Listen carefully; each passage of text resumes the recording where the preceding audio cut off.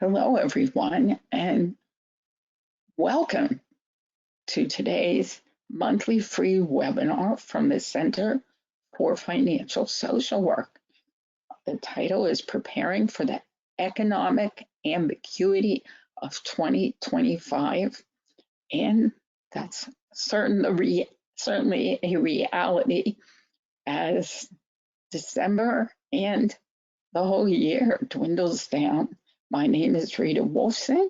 I am the founder of Financial Social Work and the Center for Financial Social Work. I am a national NASW pioneer and co-author of a textbook coming out next June called Financial Social Work, Micro, Meso, and Macro Practice. With us is Linda Benjamin, our relationship manager, and Eric Sopp. He is definitely all things digital for the center. And then we have Sean Chakarami, and Sean will be telling you more about himself. And he has some great and important things to share with you to make sure that you get as much from his presentation and this training as possible. Some commonly asked questions include you can check the chat box if there are any messages. Our slides aren't shared, they are proprietary, but at the beginning of next week, you will receive the recording, and it will also be on our website and YouTube channel. I know that a lot of our population and community really appreciate receiving the recording and being able to watch it at their convenience. There is no CE or certificate of attendance for this training, just a lot of wonderful information that you can use every day with your clients, and especially for marketing your work.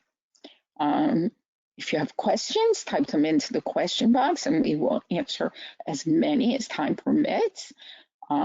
If you have any technical issues, go to our website, financialsocialwork.com, and Eric will be there to answer them for you and help you with them.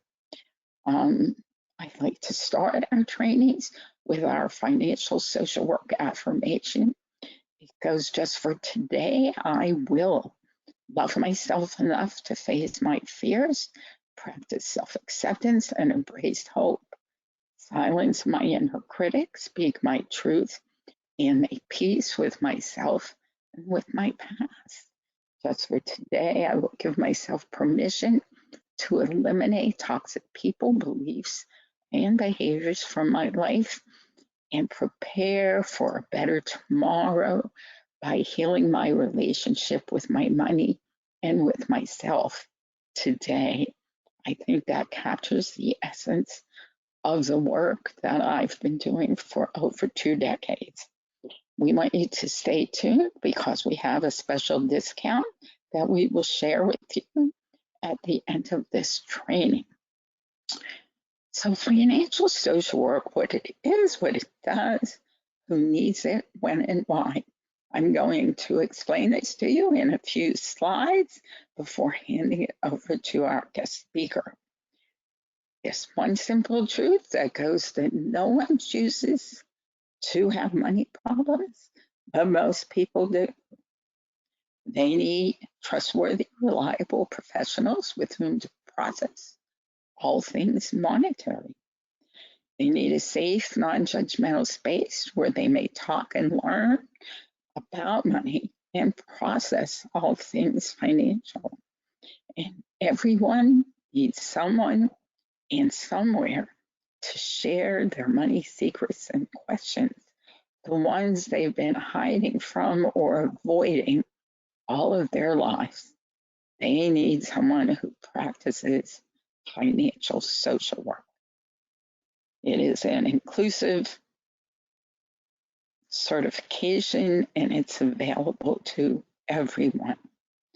It's at the intersection of social work, politics, the economy, gender, racial, social, economic, other able justice and climate change, and mental health and financial inequity.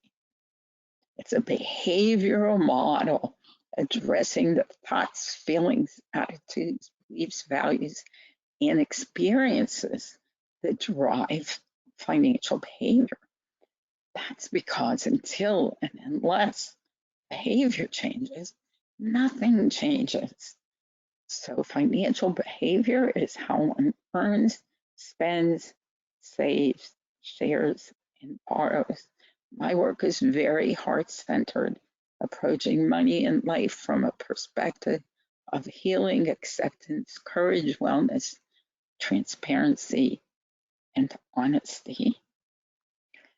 It's about healing your relationship with your money and yourself, growing healthier personally, financially, and professionally, reducing financial stress, problems, anxiety, trauma, and creating that safe, non-judgmental space to learn, process, and talk about money. So what do financial social workers do? They are agents of financial change. They address money and mental health. They advocate for marginalized groups. They help clients cope, heal, and deal with their money and their mental health.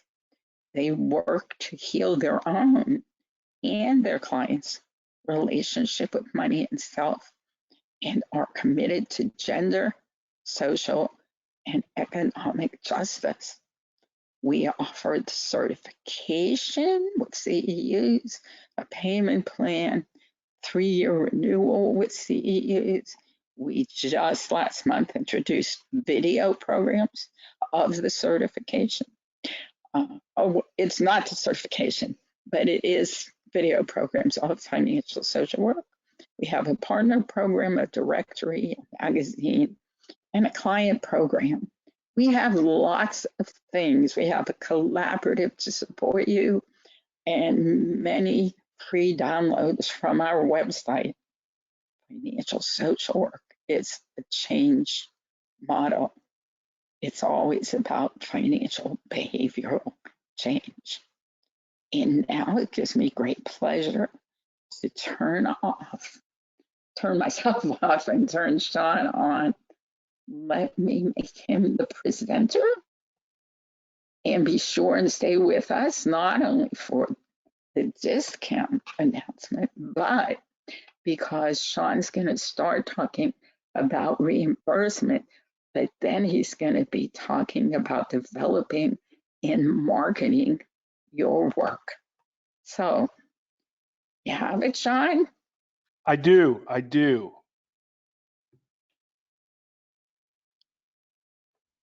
Give my computer just a second to catch up here. It's trying to share.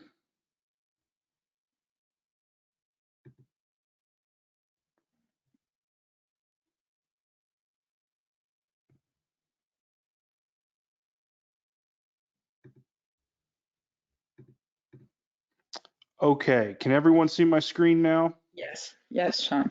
Great. Perfect. Well, first off, I just want to say thank you, Rita, for having me. I've been looking forward to this for a long time. Yes, I'm going to speak a little bit about what is on the docket for 2025. I'll also be talking a lot about marketing and branding, but ultimately what this is really to do is to help you all help more people. This is actually a subject that is very near and dear to my heart. A little bit about my story is when I've had over a decade of corporate executive and entrepreneurial experience in healthcare finance, and I'm a CPA by trade. And I can say that it is absolutely 100% true what Rita says. No one chooses to have money issues. And even those with knowledge, with textbook knowledge, and I'll say experience in the corporate world, we still have money issues. I grew up, just to start off and share a little bit about myself and to be a little bit vulnerable. I grew up with a mother who was a hoarder and who didn't have the best relationship with my dad, and she stayed in marriage for financial reasons, thinking that money brought her safety and security, and she used buying things or retail therapy as a means for producing comfort in her life. And so that was what was modeled to me. And I went through my own financial difficulties despite being a CPA, despite having all the knowledge of how to manage money and being really, really good at managing money for other people. And it is because I didn't have a good relationship with myself.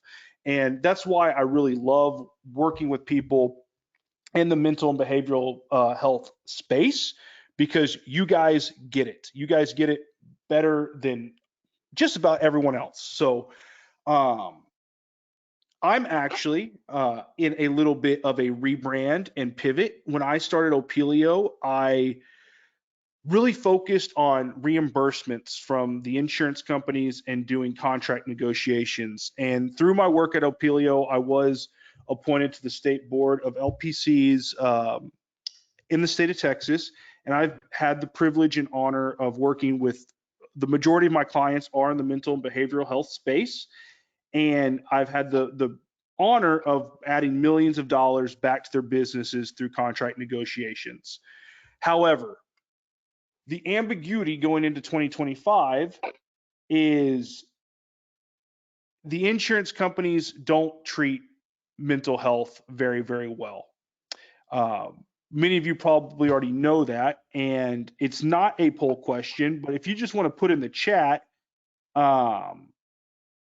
if you kind of get what I'm saying, that you know how hard it is for to get reimbursed by the insurance companies, that we're really moving into I would call it a new paradigm of how care is going to be provided to people, and we're kind of in this gray area of figuring out what is the best model. And so I've worked with a lot of mental health providers in basically establishing cash pay practices and using a unique tailored form of marketing and branding to help them do that.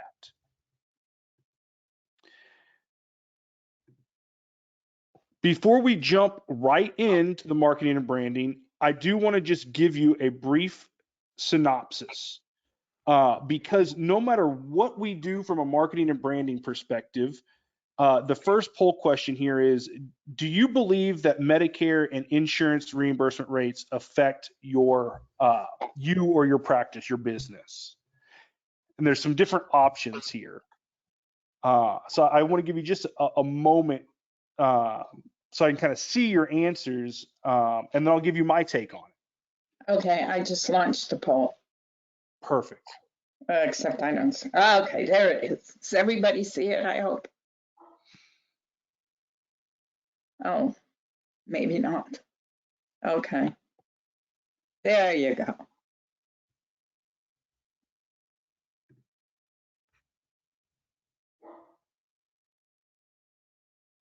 Wow. Okay. I'm actually the results here are actually frankly a little bit surprised. I expected it to be more 50-50, but yes. So even if you do not accept insurance, even if you're not on that part of the practice of what you do from a day to day, Medicare and sets each year the reimbursement rates, and the insurance companies always follow Medicare. And depending on where you live, the market rate is going to be influenced by Medicare. So no matter what you do, whether you accept insurance, accept Medicare or not, it is going to influence the market rate of your services. And it seems like a lot of everyone gets that. And so one of the failures, and I'm not going to go, I provided a lot of good information here. This is recorded, so you can go back and kind of do some of your own research, because I don't want to waste a whole lot of time. I don't want it to be too dense. but the insurance and Medicare reimbursement rates have been decreasing year over year for the last 25 years. And one of the failures is we don't teach this inside of your master's and PhD programs, whether it's for mental health or for MDs, for specialists, for primary care doctors. You're not getting a whole lot of business knowledge in your university programs. Again, one of the reasons why I have a ton of respect for what Rita is doing, and synthesizing the financial knowledge with the mindfulness. And so we're not going to go through this, but I think it's very important that people understand how your reimbursement rates are actually calculated. And so if you find this interesting, you can use the recording and you can go through this example, and it's going to tell you exactly how reimbursement rates are calculated and explain how they've been going down year over year. So for 2025, the forecast isn't that great. All in all, reimbursement rates are going down another 3%, with mental health and behavioral health codes being slated a decrease from anywhere from 3 to 10%.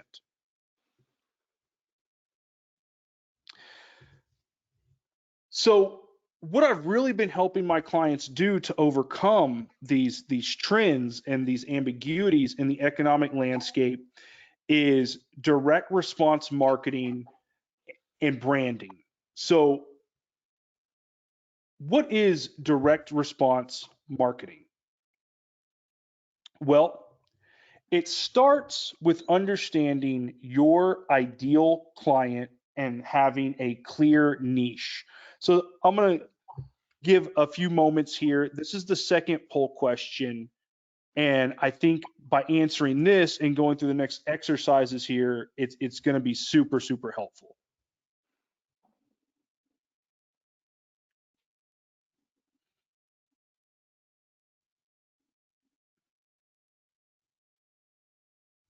We have a great audience, Sean. They Yeah, always this is amazing. participate. Thank you guys I for your know. engagement. This is great. So I'm so happy to see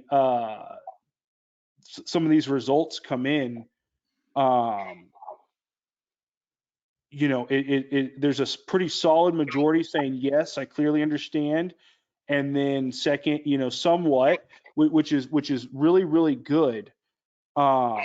But we're going to challenge that just a little bit too. So we'll see. Because when I say niche, I'm talking about very, very hyper segmented. So, you know, it kind of used to be, right? You could say, I work with people who struggle with money. And that might have been a solid enough niche 20 years ago. But everyone struggles with money. That's way too broad in today's society. And in a few moments, I'm actually going to be able to illustrate that and prove that to you so that you know that I'm just not full of hot air. In today's terms, when we talk about niching down, you know, teenagers struggling with self-esteem, men struggling with addiction, maybe that is not niche enough. It might be men struggling with alcohol addiction, men struggling with pornography addiction, or men between the ages of 21 and 35 who struggle with alcohol addiction, new moms struggling with postpartum depression. The reason why this is so important is because we're moving into what's called a wisdom economy. We are in the information economy, probably still are, kind of again in that gray area, but we've been overloaded with information. That's why you've kind of seen the explosion of, and you've seen the pendulum swing back, right? I don't know, has anyone heard of dumb phones? Like we had the age of the smartphone where the iPhone and the Androids can do anything and everything just from the palm of your hand. And now people are going back to the flip phones and to what they're called dumb phones. I'll be honest, I'm a writer. and I write on what's called a free write. It looks like an old school uh, gosh, what were those, typewriter? It's almost like an old school typewriter. It all you can do is type. You can't even really edit, and then you can send it over the cloud to your editing software. But there's no computer connection. There's no distractions. So we're moving back towards this distraction-free wisdom economy, and people want specialized help. They want to know that when not only are they spending their hard-earned dollars, but they're working with the person who is the best fit for them. And so by choosing your niche, it's also choosing your ICP. And so even in your realm of financial social work, there's going to be niches. So I gave you a little bit about my story. There are, who knows, hundreds, thousands of financial social workers out there. I want to work with a financial social worker who specializes in working with, mid-career executives who struggle with their finances, or, what you'd call a high income earner who still struggles with his finances, right? I don't want to just work with a financial social worker. I want to work with a financial social worker who specializes in exactly who I am and the exact problem I have. So you can just type in the chat if that resonates, and if maybe you need to think about niching down and targeting your ICP even further. Because the whole idea of direct response marketing is that you are able to speak directly to your ideal client. The reason we want to do this is because we want to be mindful of our money and our resources, and going to marketing firms, although not always a bad decision, depending on the size of your business and the scale of your business and the value of your brand reputation. But if you're still small and you're still growing and you don't have a brand reputation yet, your resources are scarce. And so how do we use our resources to cast a wide enough net, but speak specifically to our ideal clients, that we attract them to us, or we get them to raise their hand? So there is somewhat of a formula to this, and the first part of it is understanding directly who you're speaking to, coming up with a transcendent and valuable value proposition, and then having your messaging and your positioning be clear, concise, and consistent, so that when people hear your message, they know exactly who it's coming from. So, for example, Rita does a really good job with the financial social work website. She has brand guidelines, things look the same, and she speaks in her authentic voice, so that when she sends marketing messages, people probably don't even have to see who wrote it. They already know, oh, this is Rita. Rita's talking to me right now.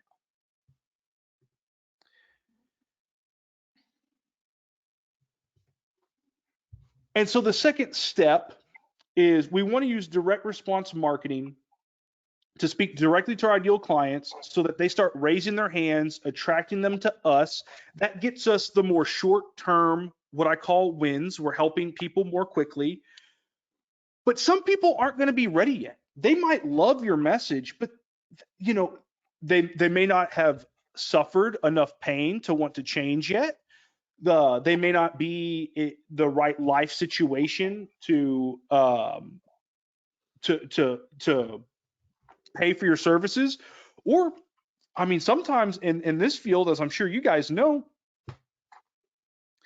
people are dealing with their traumas, and they're not in the state of mind yet to seek help. But what they might do is opt in to your newsletter, to your podcast, so that you can grow an engaged audience where you can educate, nurture, and then also from time to time make special offers, so that you're consistently building a sales pipeline for yourself and maximizing your impact.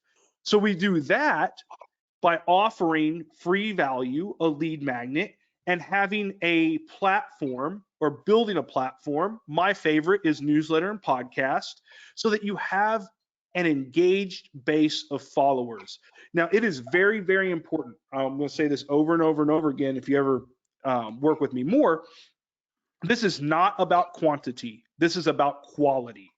So many people, in fact, it happened to me. If you go look me up on Instagram, I don't even use my Instagram anymore because I hired what I believed 2 years ago. I hired what I believed to be a reputable marketing company to help me grow my Instagram following, and I got what's called bots. And so I think it's like something like 200,000 followers, but it's meaningless. It's meaningless.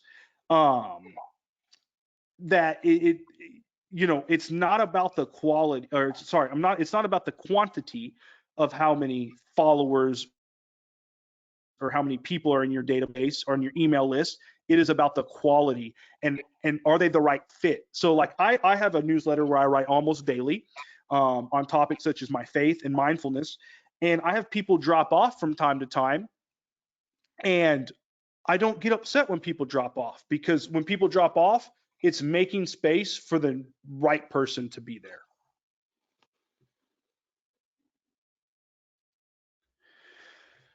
Now, I want you to go ahead and think, just, I kind of want to get a bearing for where most of you are at. Have you guys been building an audience? Do you have a podcast? Do you have a newsletter? The reason I bring these up is because these are free to do in terms of money. Now, it takes some time and some effort to write newsletters or to record a podcast or to make content, but it doesn't cost anything.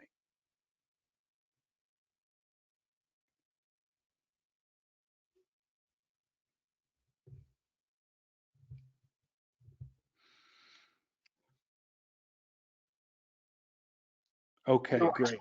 So I'm seeing that this is somewhat of a new concept to a lot of people.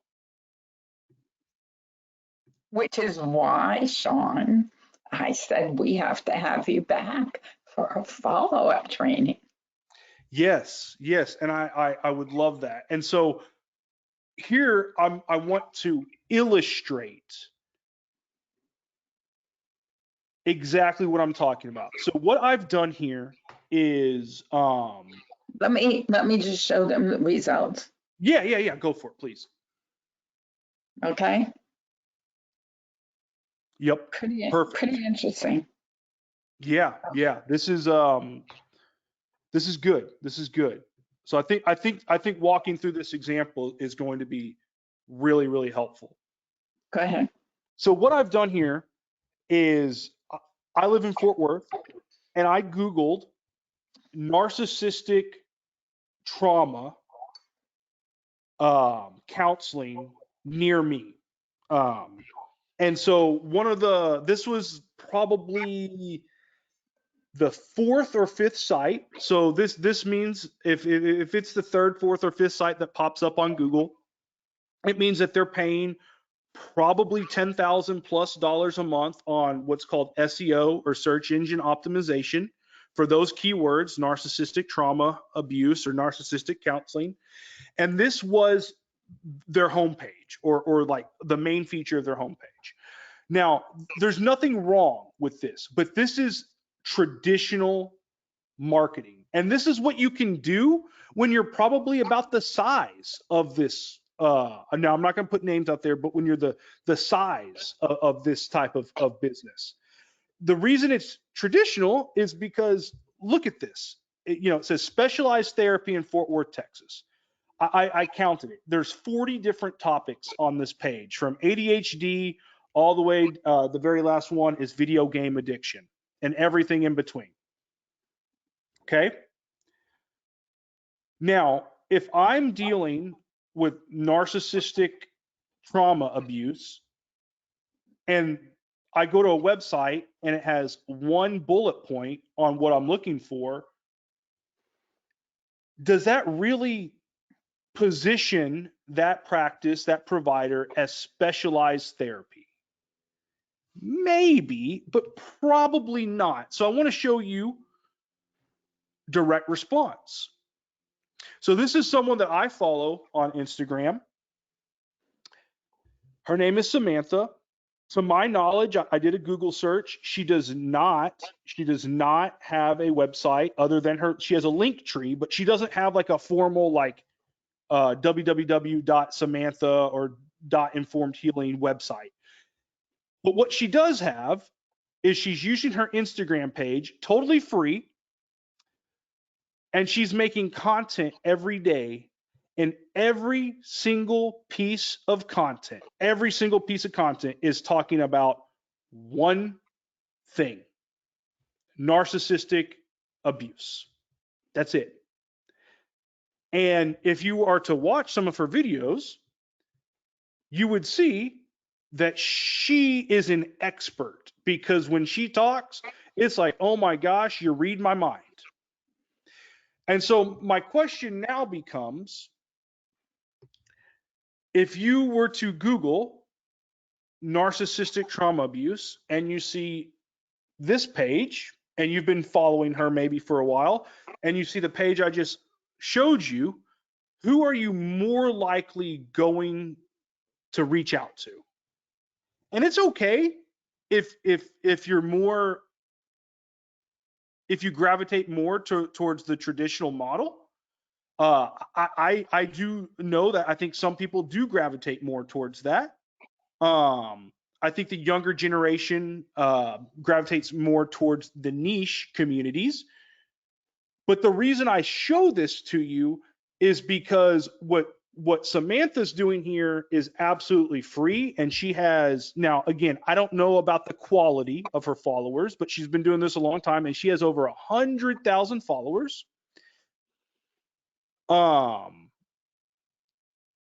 Versus the traditional style, which I can tell you, I've worked with similar size companies who show up, third, fourth, or fifth on the Google site, and I guarantee you they are spending somewhere between $10,000 and $20,000 a month on their SEO so that they pop up that high on Google.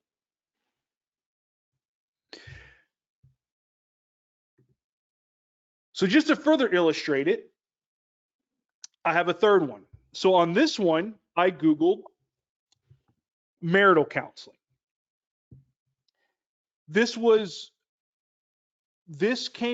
site came up third or fourth, along with the first one that I showed you when I did marital counseling. And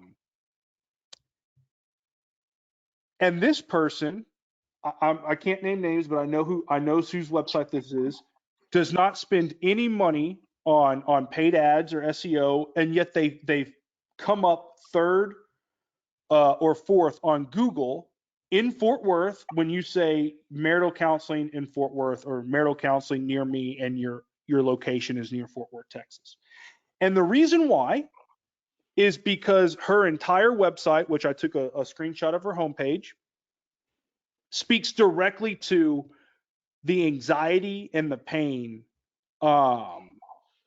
when you're going through marital issues or relationship issues. And she has a blog, which is a way to build natural organic SEO. And so this is a really great example of having a traditional website, ranking on Google, building an audience, but having a direct response mentality to what you're doing, and having a very niche ICP, and not having to spend $10,000 to $20,000 a month on paid Google search advertising. And so again, this is just for you to think about. There's no wrong answers. Is if you were to Google that and you saw this website and the first website, who are you likely going to work with? For me, it would be this site, this person.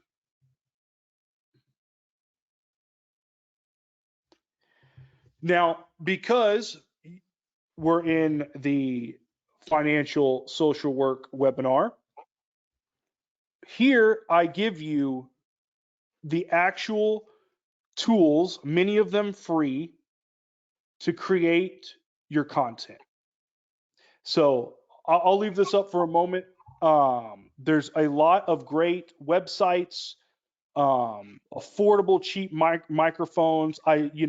Video is great, but audio is actually more important. So you can kind of have a grainy camera. It doesn't have to be the best video, but people will not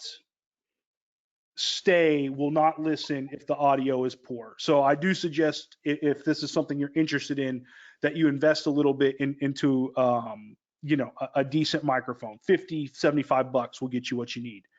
A lot of great video editing tools or podcast studio tools that have free versions that you can use. If you're into email marketing and newsletters, which is what I like to do, I love Substack. Substack is completely free and it has a video and podcast component with it. So my newsletter and my podcast go right there together. There's a tool called Write Sonic. I actually canceled it because it went up in price, became a little too pricey for me, but it can help you write articles very quickly. I really, really like Neil Patel's Answer the People. There's a free version of it that I use. And basically, what Neil Patel's Answer the People will tell you is what people are searching for on Google. And so the whole idea is, if you know what people are searching for on Google, you can go write an article that's answering their questions, because typically people are asking Google questions, what is mindfulness, or what is financial social work. You go write an article that answers that question using the keywords inside of the blog post or the article that you're writing that Neil Patel tells you to do. And that's what's going to raise your organic SEO, so that you don't have to go pay a marketing company money to rank on those keywords. Now, you have to do a lot, it has to be consistent over time, but the more and more that you put a blog post out on your website, on your domain, and you're using the same keywords that are directly tied to your ICP that they're searching for, you're going to start rising up the Google ranks, where you can be, the first, second, third, fourth on Google without having to pay $1. Now, the other part is mindfulness, right? So I'm sure it's not a surprise that I'm going to say social media is not good for us. Even in a business sense, it's not good for us. And so I do pay a little bit. I use a service called Plannable, where I hook up my social media.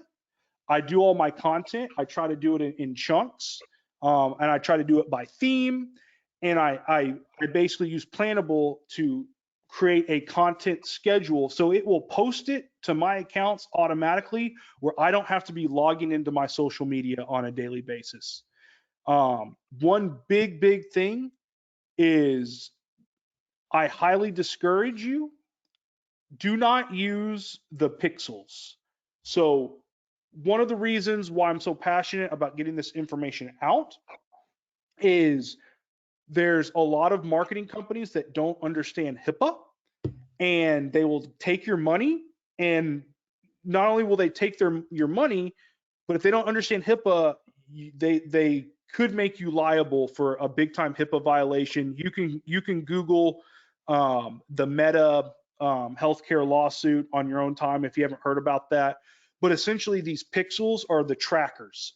So like, if you put a pixel on your website, it will track the people who come, and you can see what they do on your website and afterwards, and then you can target Facebook and Google ads at those people. It's called targeting or retargeting.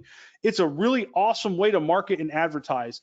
I don't know if you've ever noticed how you go from website to website and you see the same ads pop up over and over and over again, until someday when you're hungry or you're bored or you're mad or you're upset, it hits you right at the right time, and you've said, no, I don't need that 10 times. And then on the 11th time, you go spend the $200 impulsively, and you're like, damn, they finally got me. I don't know. Maybe that's just me. But that's the type of technology that allows these companies to do that. It is not allowed in healthcare. Okay. It is a HIPAA violation. So stay away from that. That's why using the direct response marketing, using these overall strategies. It might take a little bit of longer, but you'll get similar results. And I actually think you'll get better results because it's organic and it's with people who actually want to work with you, who are attraction marketing, versus basically waiting for the most opportune time to get someone to open their wallet.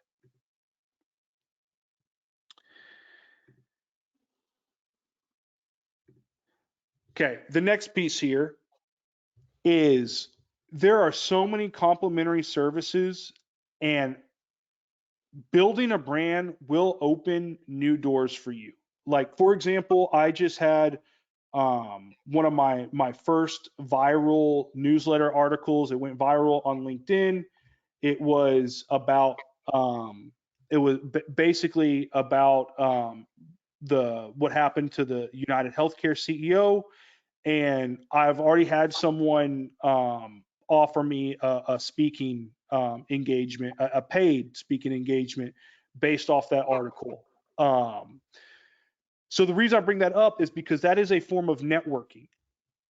And when you're building communities, building audience, be networking with other people. So one of the most profound stories I know that hopefully will resonate with you is I met a woman recently in one of my networking groups, and she is a LMFT from California, and her biggest referral source are other counselors. So instead of looking at this as a competition, she worked collaboratively through a networking perspective, and she gets her clients, and she only accepts cash. She charges $250 an hour. And the reason she's able to do this and get other counselors to refer people to her is, number one, because of her niche. She only works with youth. And given her specialty, I guess you could say 5, but it's basically youth between the ages of 13 and 18, 19 that are high pedigree students that either have D1 scholarships for sports, or they're going to Ivy League colleges because of their intellect. And at some point in their high school or collegiate career, they start to burn out and their grades start decreasing, or they start struggling on the field. And she tends to work with high net worth families. So they pay her $250 cash an hour to help their children. If she had a broader niche than that, there's no way other counselors would be referring her clients and patients, because they would work with them themselves. Why would they be referring out their own income stream? And then the second reason is reciprocation, because she only works with that very, very small base of clientele, that very clear ideal client base. Everyone else she refers out to her network as well. And so looking at this as a collaborative process, doing this in community with other social workers, is a powerful way to really build that brand and build your business up.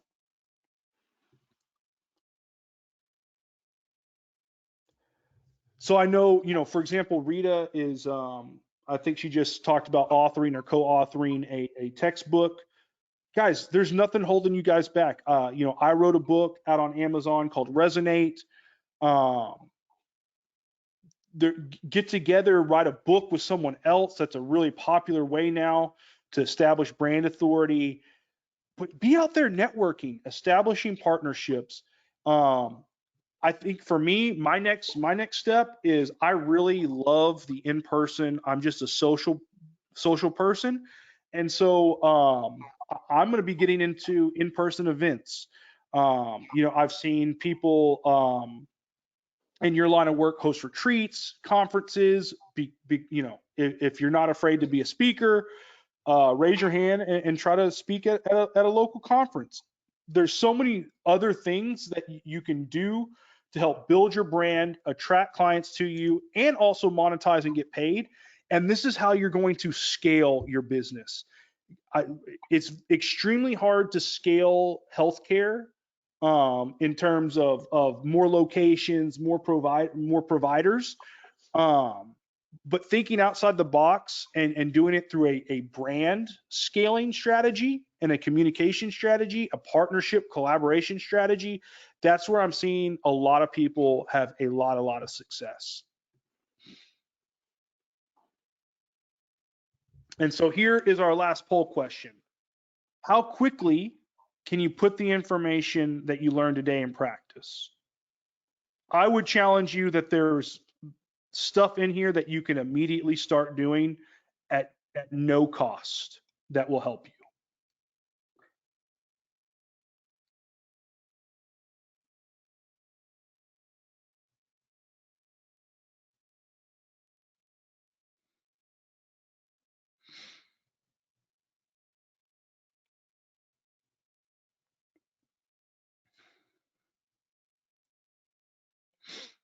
Good, good, great answers. And trust me, nothing, I don't take anything personally. So I appreciate the honesty that never, that, you know, um,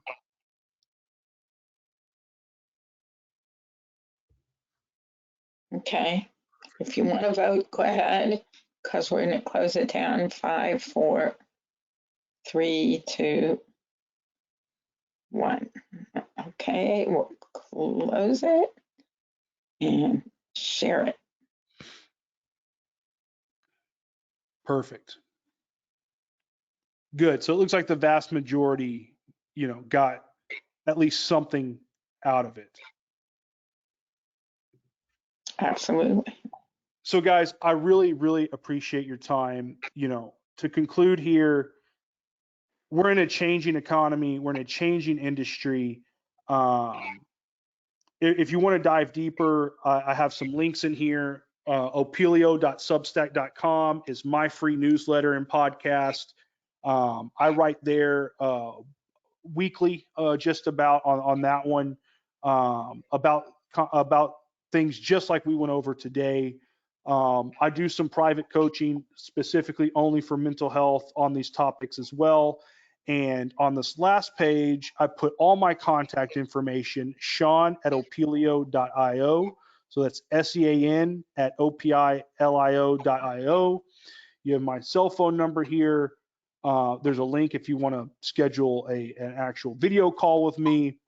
Please don't hesitate to reach out. I'm really all about helping people, helping this industry make a bigger impact and giving back. So I'm happy to answer any questions that you may have at this time as well. Okay, then, Sean, I'm going to take it back. Sure. And that was really wonderful. I certainly enjoyed it. Got a lot out of it. Let's see if I can finish up my deck. And if you have any questions, go ahead and put them in the question box, and we're going to have some time to take them. I just want to finish up by letting you know some of the additional services and support that we have. We have a partner program, and we have a wellness magazine, financial wellness. We have a financial social work directory, and we have the collaborative. Those are 4 graduates who schedule meetings a couple of times a month for mentoring, for training, and for collaboration, actually. So, networking, these are just some of the additional resources we have. You can see here that we now have video courses with more coming. And we'll be dropping a new one every few months. On particular, speaking of Sean, niches. And whoops, Next month's webinar is on money over time, bias, attitudes, and perceptions. I hope that we'll see you there. In closing, I want to say a few things to remember about money is that no one chooses to have money problems, but most people do. Um, the good news is no one can or needs to know everything about money, but everyone does need to know certain things about money. So I need to know different things than the next person needs to know. Uh, so we all need to know different things, although there are certain things we should all know. I encourage you to remember the connection between money and mental health, and to certainly remember that it is past time that we stop raising generation after generation of financially illiterate people. And we do that by teaching children about financial literacy.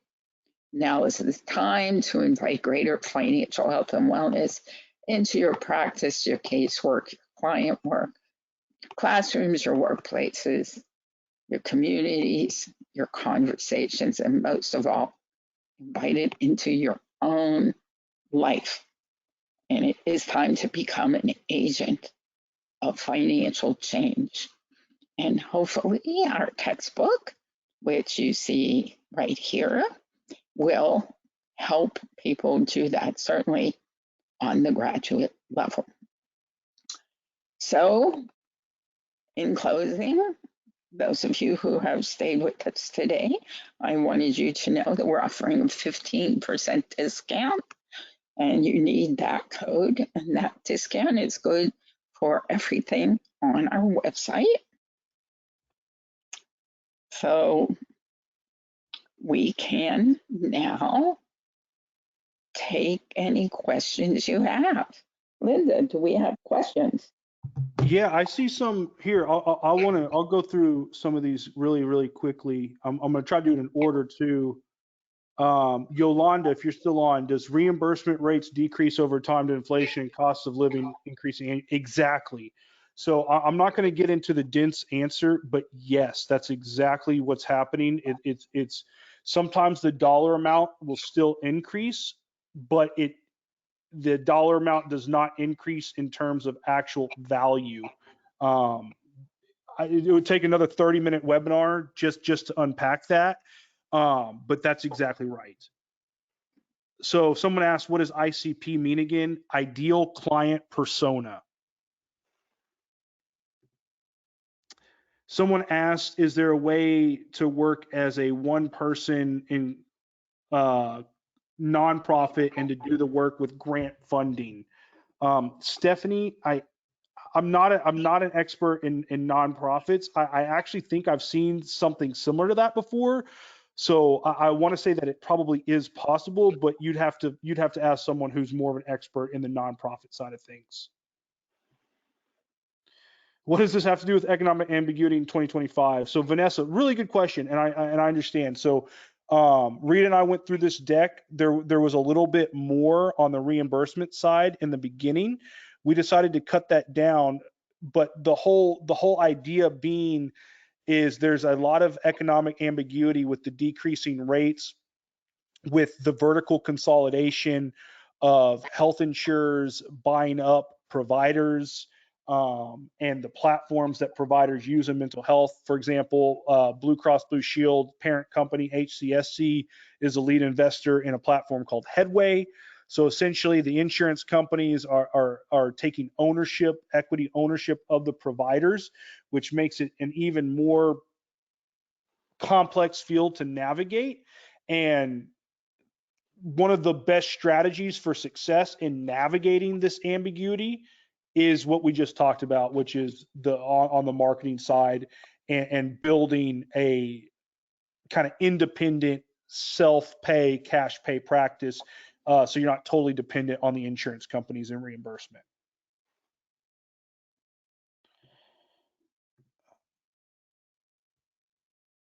Is there someone who can help me strategize on how to blend CFSW in my business? I'd have to learn a little bit more, Michelle. Well, there's many different ways. First of all, it's really important to pay attention to the financial component of a client's presenting problem. Many people, it's not most, there's so few safe, non-judgmental spaces where someone can feel that it's okay to talk about money. And lots of clients don't know how to talk about money, so they're not going to present with that financial component until they've had a chance to learn that they can trust you and it's safe to do that. So certainly watch for that financial component. 99.999%, it is there. I wish it Yeah, weren't, but it is. yeah, And if we don't watch for it and address it, we are not doing right by our client because it's not going to go away. Did you want right. to say something, Sean? Go ahead. Yeah, I was going to say, now that I understand the question better, I think, Rita, to reiterate, it's listening for the key words. So when you're talking to people, if you hear someone say, well, it's not in the budget, well, I don't have money for that, or things are a little tight right now, you always read the room, but ask why. Because obviously it's a pain point. They're bringing it up. And if they're already bringing that much up, there's a certain level of comfort that they already have with you. So you say, "Oh, well, is it really a financial issue, or is it just not a priority?" And then let them think about that, because I found money, the way people talk about money is the same way that they talk about time. You ever heard someone say, "Well, I don't have time for that right now"? No, you have time. We all have the same amount of time in a day. It's just not a priority. And that's fine too. But let's be honest and say what's a priority and not a priority and not make an excuse. And so by listening to what people say and then asking why and asking more questions rather than making an assumption or just, moving on, that's how you're going to be able to, one, have better communication with your clients, help them more, and integrate it more into your business. One of the last questions I see is, any advice at the tail for people at the tail end of our careers who find value in offering services to clients who cannot afford private pay and use insurance? Janet, 100%. Look, if you're at the tail end of your career, depending on where you are financially, there's only so many human needs. One of them, to live a fulfilling life, is contribution. Uh, I've actually offered my services and done pro bono work. I would say, if you want to give back, now do it within reason. Be strategic. Don't be just giving yourself out for free because you have value. But if there's people you want to help, maybe think about pro bono work. That was just lovely, Sean. Sean, thank you so much. Lynn, are we getting a lot of thank yous for Sean? I bet we are. Oh, yeah. Thank yous. And Sean has taken the questions, so I think everybody's set. Sean, thank you again. Thanks everyone for joining us, and take down that code if you want to use it. And I hope to see you back here next month at our monthly free webinar. Okay, Thank you. stay well. Have a wonderful holiday, everybody. And don't build debt. Please don't build debt. Okay, bye.